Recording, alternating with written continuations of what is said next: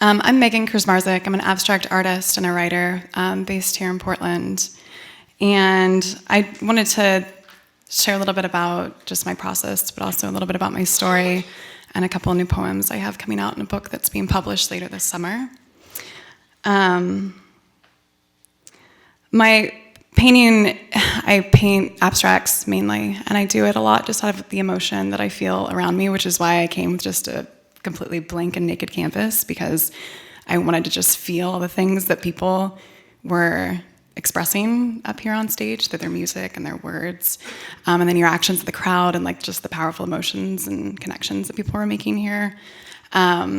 So I use a lot of reds, they tend to be just like very vibrant to me, right? To just reflect people's just like warm energies or passions and the darkness, to just kind of be this like juxtaposition with that, right? Because we all have very complex emotions around a lot of different things, and we're never just one thing. So it's nice to be able to acknowledge both of those and reflect those when I paint something. I'm going to read just a little bit about kind of my background. I haven't always lived here. I've lived in 7 different places in my life, from Hawaii to North Carolina to Arizona. That's probably why I love to wander more than stay, but also why I really know the value of home. I consider the people I love my home. It's a home I'm trying not to run away from as much these days. I fought and survived cancer twice in the past 3 years. I've lost my hair and grown it back 2 times. I've cut off my breasts. I had a bone marrow transplant in November. Words are not sufficient to describe what it's like to go through all of that, so I'll just say it's really amazing to just still be alive. Sometimes I feel like my heart might burst from the joy of it all, but the happiness comes hand in hand with sadness sometimes too. The melancholy over how life can carve into us so deeply. And it doesn't always apply to health things, but I think we all have experienced this in different ways in our lives, or are going through it right now.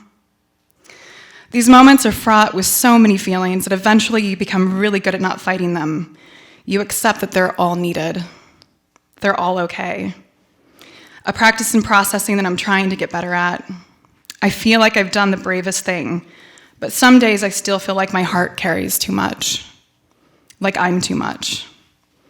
I realize there's still strength, though, in knowing that. I'm really excited to be here to support these artists and have been asked by Future Prairie to be here.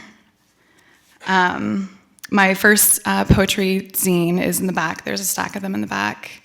I have them at Powell's, too, if you don't get a copy tonight. And then I have a show at the Good Mod in June that I'd love to see you guys at, too. It's June 6th, or first Thursday. I'm going to read a couple of new ones from the book that's going to be published later this summer. The first one's called Saying I Love You. Follow me to the wild sometimes, where I left my heart years ago, with unpredictable people and unpredictable places. When I said I didn't know, what I was really saying was that I knew, and I was too scared to tell you. To feel myself divorce heart from body again.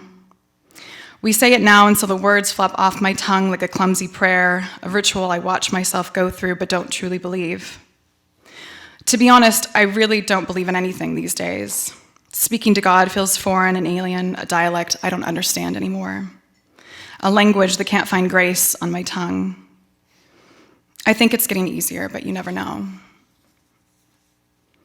This one's called Transform. Longing for a chance at transformation, wings that have outgrown a body sewn shut, for a better chance of survival or maybe to chase a feeling. But what would we be without our parachutes? Stitch by stitch, deep red lines veer across white skin, a quilting or mapping of various truths and lies that our parents said would teach us the best way to live. I hurt you before you hurt me, so forth and so on. These are the things that sit between us. I watch the lilac sky reflect off the red hills through a sunroof, laying in the back of a car with leather seats, and hold your sweaty palm against my sweaty palm, moving toward the edge of a desert. I remember thinking, maybe this is the way we put it all back together. Maybe this is the way we finally feel like we aren't dying. Thank you.